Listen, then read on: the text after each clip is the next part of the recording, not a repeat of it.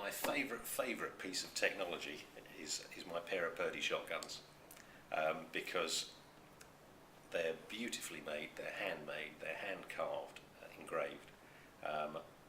They're incredibly functional. They haven't changed in terms of their design for a couple of hundred years. They're beautifully balanced. They are just a lovely, lovely piece of technology. Far better than any iPad, iPhone, computer, or anything to do with IT. I think being able to recognise when you've made a mistake and done something wrong, and being able to drag it back, not just being bullheaded and pushing ahead anyway.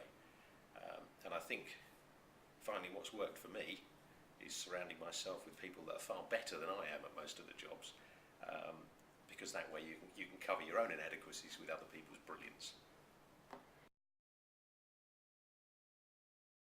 I think probably some of the biggest mistakes I've made have been in some of the people I've employed, actually. I employed a sales guy once who racked up an awful lot of expenses travelling all around the country, and I didn't pick up quickly enough, because he had appointments in his diary to see all these customers and these prospects, that he wasn't actually seeing anyone at all. What he was doing was using a lot of the dating sites to arrange to meet women all around the country, meet them in hotels, expense it, and not see any customers at all. So I sacked him. I have done, actually. I did a few years ago. I did decide to retire, and I lasted about 9 months before I got really bored and came back to work. I think I don't think I'd ever retire entirely. I think one, I'd drive my wife mad, and two, I'd probably drive myself mad. I think you've always got to have some business interest to keep you going, or life gets pretty boring.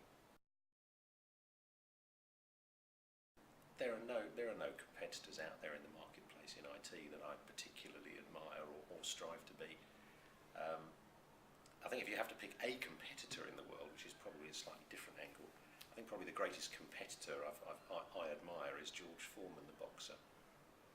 And the reason for that is because the man won the world heavyweight title when he was in his mid-20s, retired for 10, 15 years, and came back and won it again when he was 45. And I think that dogged determination to go back and be the very best you can possibly be in the world twice with about a 20-year gap is quite incredible.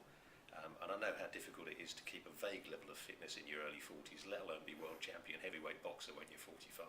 That's a competitor, I think. Absolutely no idea at all. The internet didn't exist mainstream 20 years ago. I think I'd be enormously arrogant to try and speculate as to whether something as insignificant as the IT channel really existed in 50 years' time. I don't think we can predict anything at all like that. I remember about mid-90s, I think, I went to do a presentation to a well-known estate agency chain. This is when I had an internet and applications company in terms of what futures are.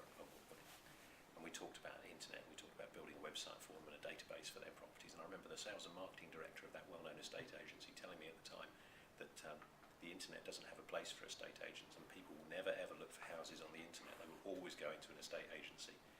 And so if you're asking me what will happen in 50 years, no idea. That was 15 years ago, and that guy hadn't got a clue. He doesn't work there